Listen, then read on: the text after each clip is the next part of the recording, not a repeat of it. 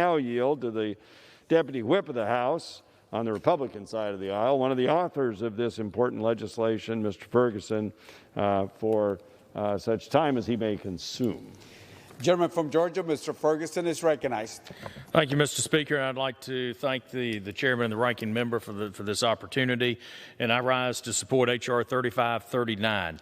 Every American wants to live in a safe community, and children deserve to be able to go to safe schools, but all too often that safety has been ruined by violence to self or others. The Behavioral Intervention Guideline, or BIG Act, combats this mental health epidemic head-on by providing local communities and school systems with the tools they need to help identify those most in need.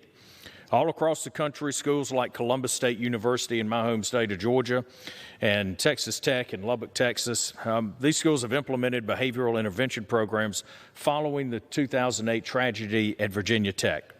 Dr. Chip Reese at Columbus State University and other university leaders like Dr. Billy Phillips at Texas Tech report that as a result of these programs, they have seen the university's culture change and are helping to get at-risk students back on the right track.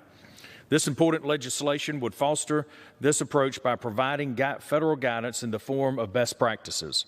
Once established, these best practices will be disseminated on the HHS website, and HHS would provide technical assistance for elementary, secondary, and higher education institutions that are looking to create their own behavioral health intervention teams.